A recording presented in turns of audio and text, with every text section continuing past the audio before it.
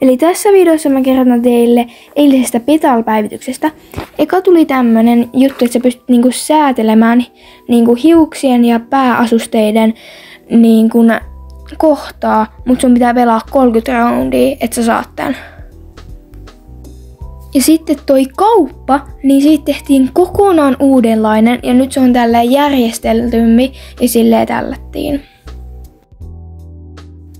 Sitten tuli paljon uusia kuoseja, ne on tosi upeita ja tällaisia tosi keväisiä.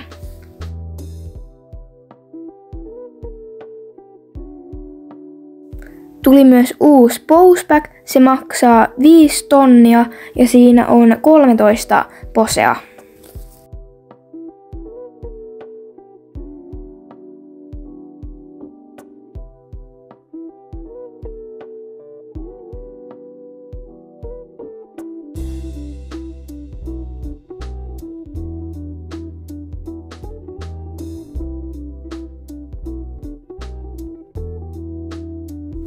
Tuli myös paljon uusia settejä ja tässä on yksi tämmönen, missä on 3, se maksaa 6 tonnia.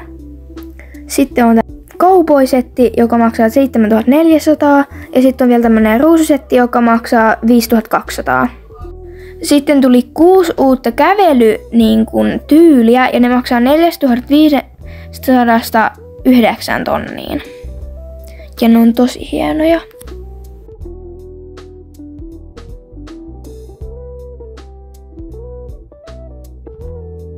Seuraavaksi mä näytän teille Robux-settejä, joita tuli 3. Mä oon ostanut niistä itse vasta 2, mut joo. Nykyään näissä hiuksissa on tommoset kategoriat ja ne on tosi hyvät. Että on paljon selkeämpi toi tukan valinta.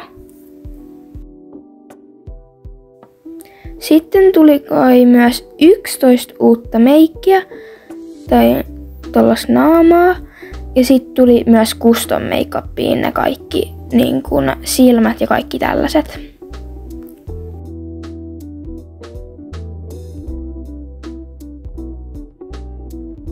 Sitten tuli 2 koodia. Se toinen ei nyt jostain syystä näyttäisi, mutta mä näytän sen nyt teille.